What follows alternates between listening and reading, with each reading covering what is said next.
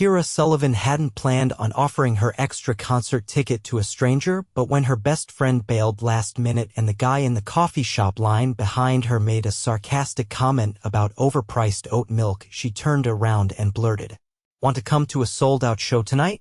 The man blinked. "Wait, seriously?" She nodded, cheeks flushed. "Yeah. It's just one ticket, I'm not proposing or anything." He laughed, the kind of laugh that made her stomach do a weird flip. He looked a little out of place in his tailored navy coat and leather boots, like a Wall Street guy pretending to blend in. But his smile was warm, his eyes curious. "I'm Yaron Zeller," he said, sticking out his hand.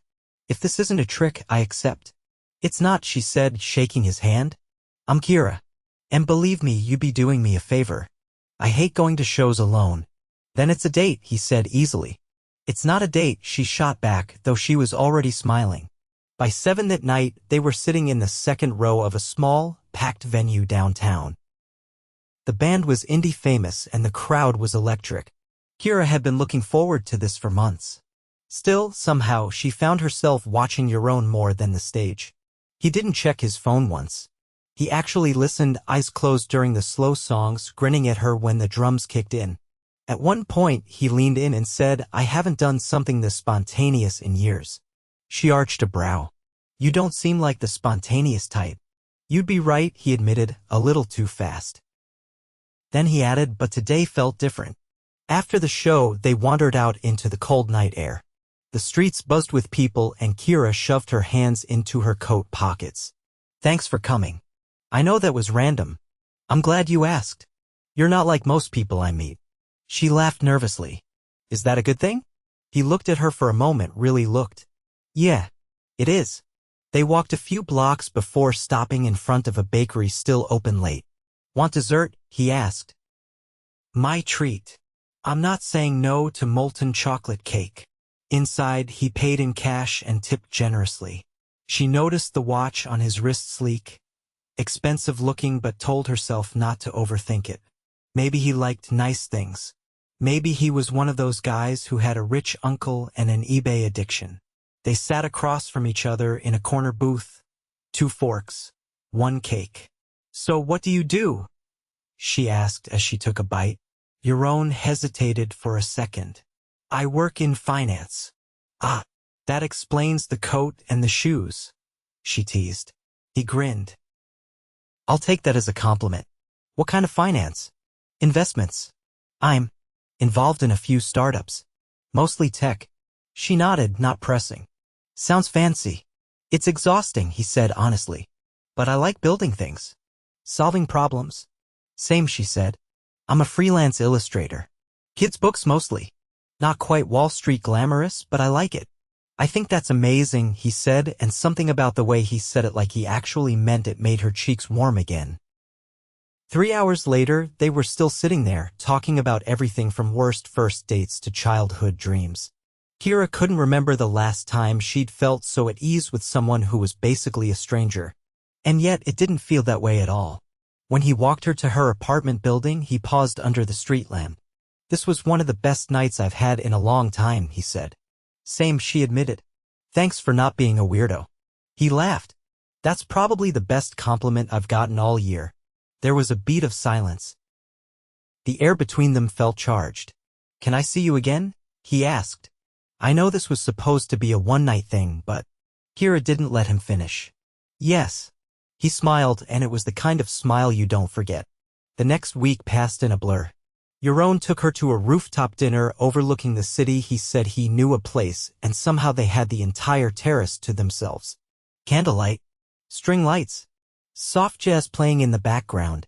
She wore the one nice dress she owned, and he showed up in a charcoal suit that looked tailored to perfection. "This place is crazy," she whispered as a waiter placed a dish in front of her that she couldn't pronounce. He just shrugged. "I wanted to do something special." She didn't ask how he could afford it. Not yet. But the way the staff treated him, like they knew him, like he was someone important, it lingered in her mind.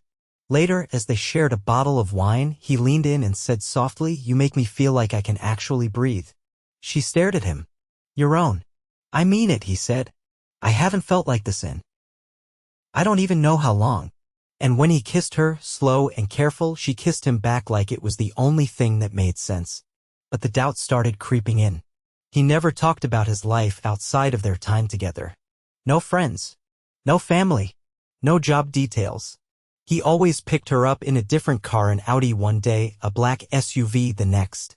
She tried not to care, but late one night she told her roommate it's like he's hiding something. Or like, he's not who he says he is. You met him by handing him a concert ticket, her roommate said. Maybe he's just private. Kiera wanted to believe that. She really did. Until the night she ran into him at a hotel downtown, the kind with gold-plated elevators and a doorman who called her ma'am. She was delivering a commissioned painting to a client. Yaron was walking out of the elevator in a suit, flanked by two men in business attire. He froze when he saw her. "Kiera," he said, and there was something guilty in his voice. "What are you doing here?" "I could ask you the same thing," she said, crossing her arms.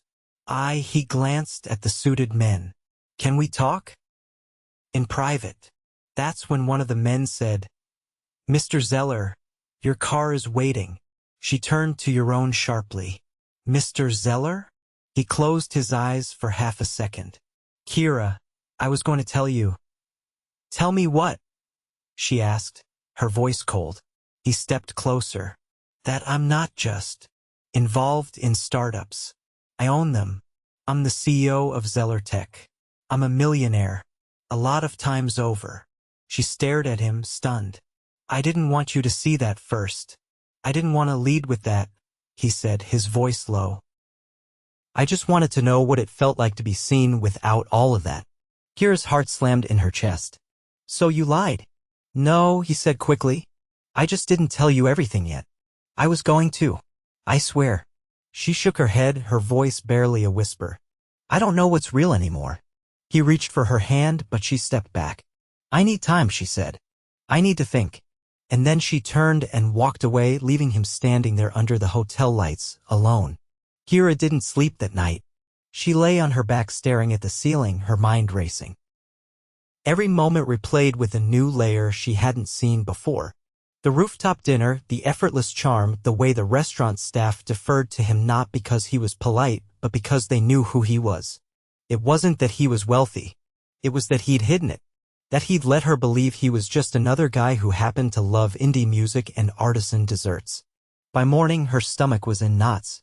When her roommate knocked on her door, Kiera didn't move. He called, her roommate said softly through the door. "Twice. I don't want to talk to him." I didn't answer. Kiera sat up, her throat tight. "Thanks." She avoided her phone all day, throwing herself into a backlogged freelance project. Her client had asked for a whimsical woodland scene, but the fox she sketched looked more like it was plotting betrayal than dancing with hedgehogs. She erased it twice before giving up. That evening, she walked to the park near her apartment, hoping the cold air would clear her head. She didn't expect to see Yaron sitting on the bench by the fountain, his coat collar turned up, hands buried in his pockets. He stood as soon as he spotted her. "I didn't follow you," he said quickly. "I just hoped." She folded her arms. "You shouldn't be here." "I know," he said, "but I need you to hear me out." Kiera didn't answer. "I should have told you who I was. But I didn't want to be that guy. The one whose name changes how people act. I wanted something real." "You got that," she said, her voice low. "And then you let it all unravel." He took a step closer. "I never lied about how I felt. But you let me open up to you without giving me the same honesty." She shot back. "That's not just omission. That's control." He flinched. "You're right." Kiera stared at him, waiting for the usual defenses. The excuses. But none came. "I've dated people who only wanted the perks," he said. "People who memorized my net worth but couldn't tell you my favorite band.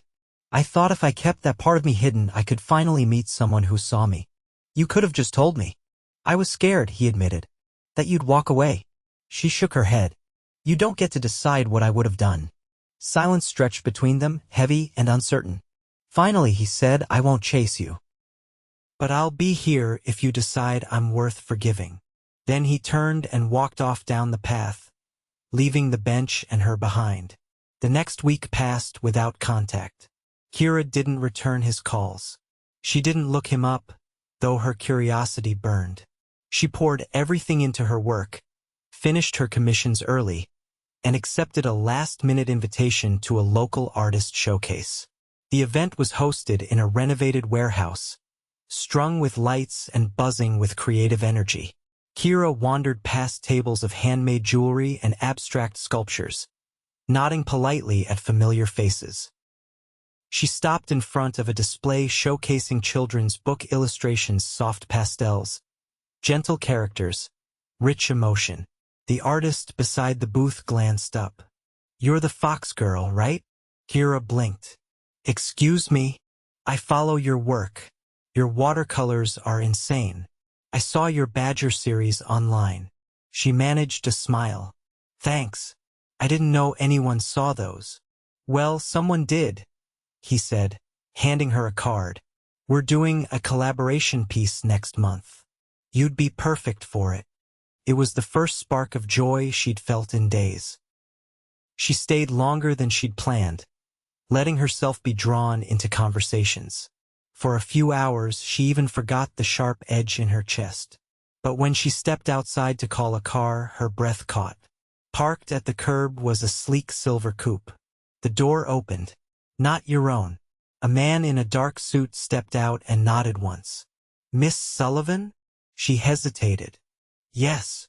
He held out a small envelope. "Mr. Zeller asked me to deliver this." She took it, heart pounding. "That's it." "Yes, ma'am." "Good evening."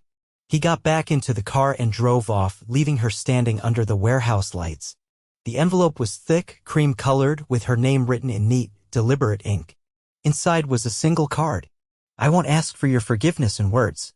I'd rather show you what the truth looks like when it's not hidden. If you're willing, I'll be waiting." There was an address scribbled at the bottom and a time, 8 o'clock. It was 7:20. She stared at it, torn between curiosity and caution. But something in her chest, something stubborn and hopeful, pushed her forward. She hailed a cab. The address led to the Upper East Side, to a brownstone that looked pulled from the pages of an architecture magazine. A valet greeted her at the door. She didn't know what to expect, but it wasn't this. Inside, soft music played. The lights were dimmed. And in the center of a massive open-concept living space, Yaron stood beside a long, polished table. On it were dozens of sketches. Some in charcoal, some watercolor. All hers. She froze. "These are the pieces I could find," he said. "I tracked down prints. Bought out your online shop. I wanted you to know that I see you, too." Kiera stepped forward, her throat tight. "You did all this?" I didn't know how else to explain it. I didn't trust words anymore. She picked up one of the prints, her hands trembling. "This is from 2 years ago. It barely sold. I paid triple for it," he said quietly. "I wanted to make sure I got every piece." She looked up at him. "Why?" "Because I meant it when I said you make me feel like I can breathe. And I know I messed up. But I'm still here, if you'll let me try again." Her eyes filled, but she blinked them clear. "You're ridiculous." He nodded. "Completely." She walked toward him, slow but steady. "You still should have told me." "I know. I'm not promising anything. I'm not asking for promises." She stopped in front of him. "Just honesty. Always." He reached for her hand. This time she didn't pull away. Instead, she whispered, "Then start over." And he did. Kiera's boots clicked softly against the polished marble floor as Yaron led her through a corridor lit by warm sconces and the faint glow of a chandelier overhead. She hadn't expected to end up in his home, not like this, and certainly not after everything. But here she was, walking beside him in silence, her pulse a steady roar in her ears. He paused before a door with antique brass handles. "There's something else I want to show you." She arched a brow. "I already saw the gallery of my own work. Not sure how much more flattery I can absorb in one night." "It's not flattery," he said, his voice quieter now. It's context. The door swung open to reveal a study lined with floor-to-ceiling bookshelves, all filled. A massive desk sat in the center, buried under blueprints, notes, and what looked like sketches for product designs. But what drew her eye was the corner of the room where a large corkboard stood covered in pinned photographs and handwritten notes. She stepped closer. Some were clippings from tech magazines, others looked like photos taken at launch events. Yaron shaking hands with founders, standing beside devices she didn't recognize. But near the center, a newspaper article caught her attention. Its headline read, "Youngest Tech CEO in New York Builds Company from Collapse." "You really did start it all yourself," she said. "This wasn't inherited. No trust funds. No safety nets," he said. "My dad died when I was 16. My mom worked 3 jobs to keep us in our apartment. I got my first loan for a prototype using money I made fixing busted laptops in a garage." She looked at him, his expression open, no longer guarded. "Why show me all this now? Because I want you to understand why I held it close. I didn't want to be reduced to a number or a label. But I also don't want you thinking I'm ashamed of where I am. I'm not. I just needed you to see that this," he gestured between them, "wasn't some game." "I didn't think it was a game," she said. "But I needed to know you were done hiding. I can't build anything real with half a person." "I'm all in," he said. "No more edits." She glanced back at the corkboard, then around the room. "You work here late?" "Most nights," he said. "But I haven't in the past week." "Because of me?" "Because I couldn't focus on anything else." Her stomach twisted at the honesty in his voice. She motioned to the scattered sketches on his desk. "What are these?" "New hardware. I'm building a tool that helps young artists digitize hand-drawn work without needing a studio setup. Portable, affordable. It's still in prototype, but I've been meeting with schools and nonprofits." Kiera stared at him. "You're designing something for artists? Not just for them. For people like you who shouldn't have to sacrifice quality for access." She felt the floor tilt beneath her, figuratively. "You've been working on this all along?" "I got the idea after I saw one of your time-lapse videos. The way you shifted from pencil to ink, then to watercolor, it made me think about how much gets lost when people can't translate that process digitally." Kiera stepped away from the desk, needing space to think. "You know, I thought you were just someone with too many frequent flyer miles and a nice wristwatch. But this is personal." "It is," he said. "Everything I do is." She faced him. "I don't want someone who throws money at problems. I want someone who listens, who shows up, who doesn't disappear when it gets uncomfortable." "I showed up tonight," he said, tone steady. "You did," she admitted. "And it's throwing me off." He took a breath, then slowly sank onto the edge of the desk. "I can't change how we started, but I can make sure we don't end because of it." Kiera crossed her arms. "What are you offering, Yaron?" "Something real. No penthouses or press releases. Just you and me." She studied him.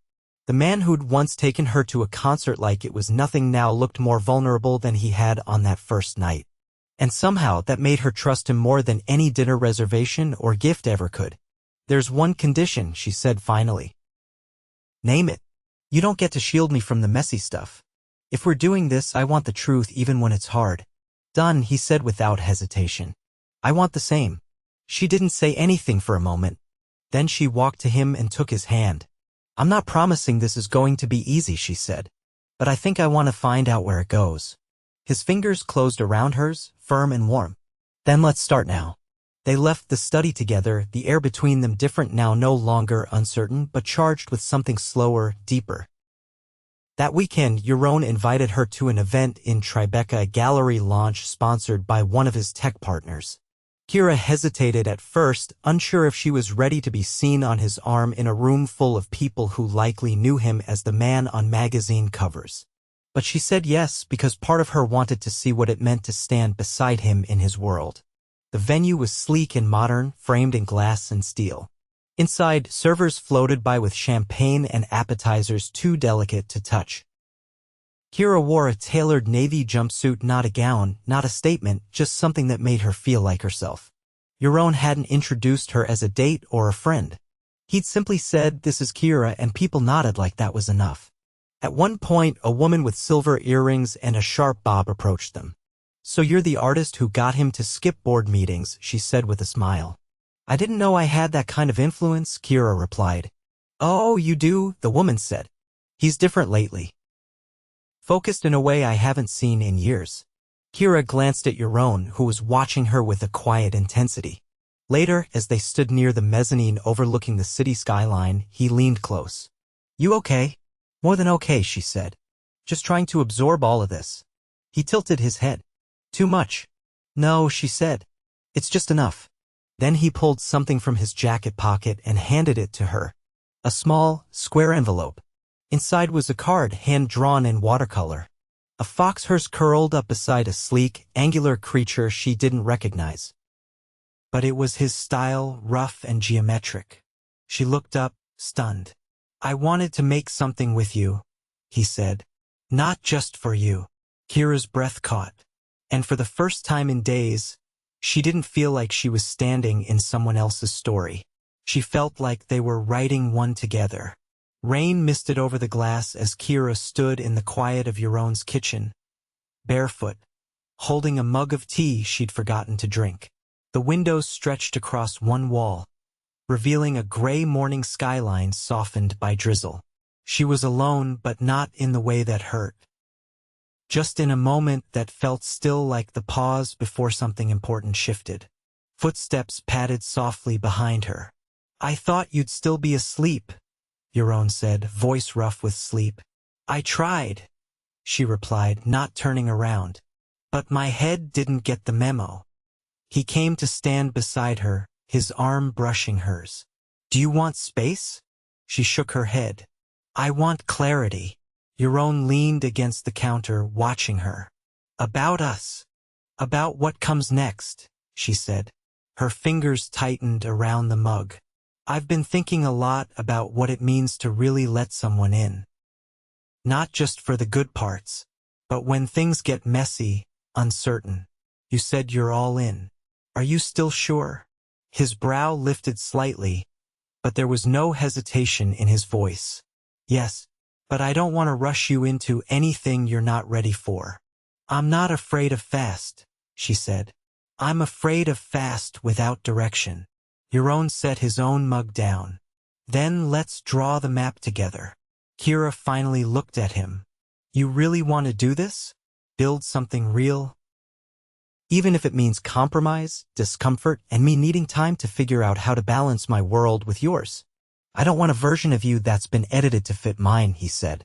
"I want the version that gets frustrated when her brushes don't dry right, who loses track of time sketching, and who calls me out when I'm wrong. That's who I fell for." Her heart thudded loud enough to drown out the rain. "You fell for me?" "I didn't plan to," he said. "But I did. Somewhere between you calling me out for making fun of oat milk and that fox painting you made with the storm rolling in behind it."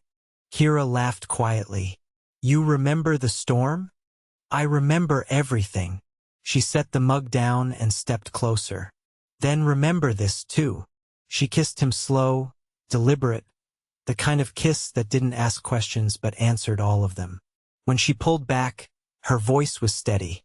"We're doing this. Together."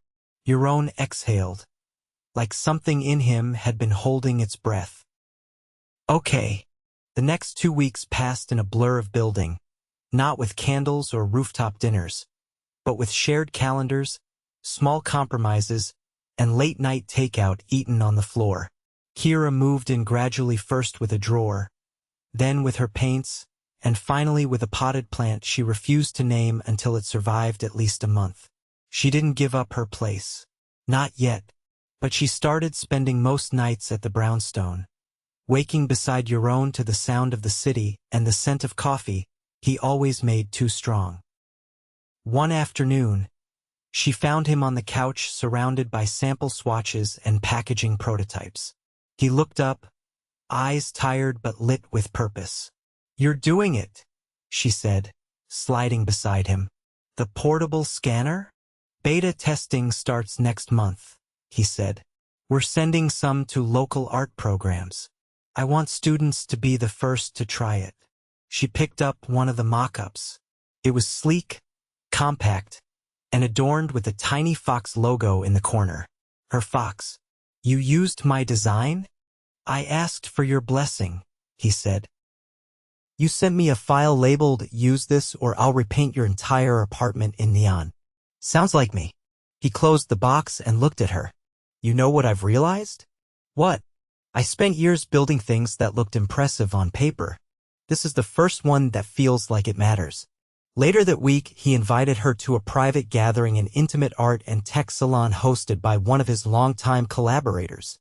Kiera hesitated, but he promised it would be small, with people who cared more about ideas than status. She wore a black linen dress she'd made herself 2 years ago and hadn't had the nerve to wear since. When they entered the townhouse, she was greeted not with stares or whispers, but with genuine interest. Someone even recognized her work from an online gallery. As the evening wound down, Yaron took her hand and led her to the quiet rooftop garden. Edison bulbs hung above them, casting warm light over the ivy-covered walls. Do you know how long I've waited to be here with someone who saw me? He asked. I thought you didn't believe in waiting. I didn't, he said. Until you. Kiera tilted her head. That sounds dangerously close to a proposal. He reached into his coat pocket and pulled out a small, flat box. Her breath caught.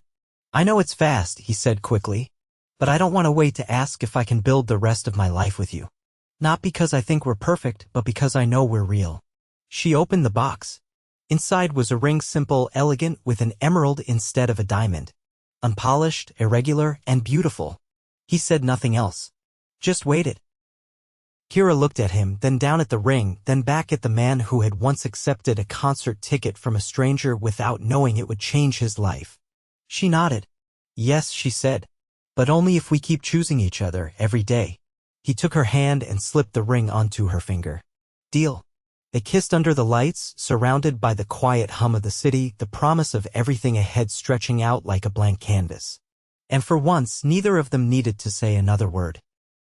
Kiera stood at the edge of the empty gallery, barefoot on the hardwood floor, her dress haphazardly gathered above her knees, as she adjusted one final canvas on the wall. The soft light of early evening filtered through the tall windows, casting a golden hue on her newest collection.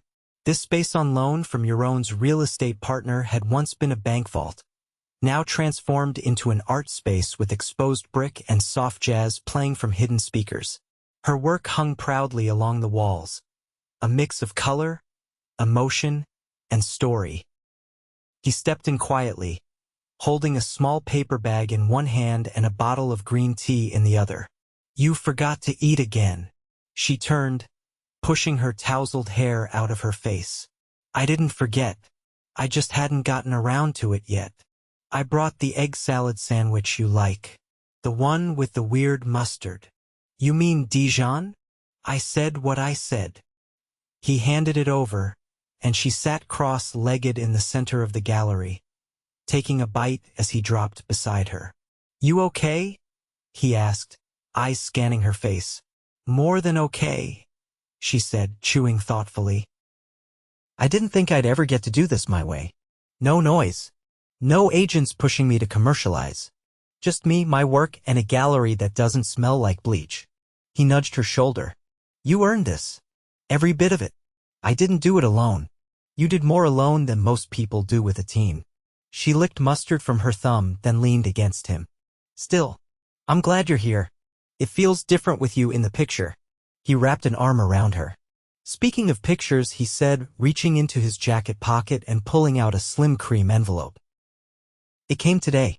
She opened it, eyes scanning quickly. Then she gasped. They approved the grant? He nodded. Every cent. Your scanner program's going to be in over 30 schools by next spring. Kiera threw her arms around his neck. Yaron. That's incredible. He pulled her closer, smiling against her shoulder. I told you they'd see the value. I didn't think they'd approve the full amount. You underestimate how persuasive you are when you're passionate. She pulled back slightly. This changes everything. We can train art teachers, provide supplies, you'll do it right. I know you will. She kissed him, spontaneous and full of joy. I love you. He pulled her hand to his chest. I love you more. The door creaked and her assistant poked her head in. Sorry to interrupt, but they're arriving. Kiera stood, brushing crumbs off her knees. Okay. Lights up. Let's do this. Guests began filtering in: friends, colleagues, people from the local art community. They moved slowly through the space, commenting on the details, the emotion, the depth of her work. Several paused in front of her centerpiece, a mixed-media piece showing a fox and a geometric machine entwined in a chaotic but beautiful dance across a storm-swept landscape.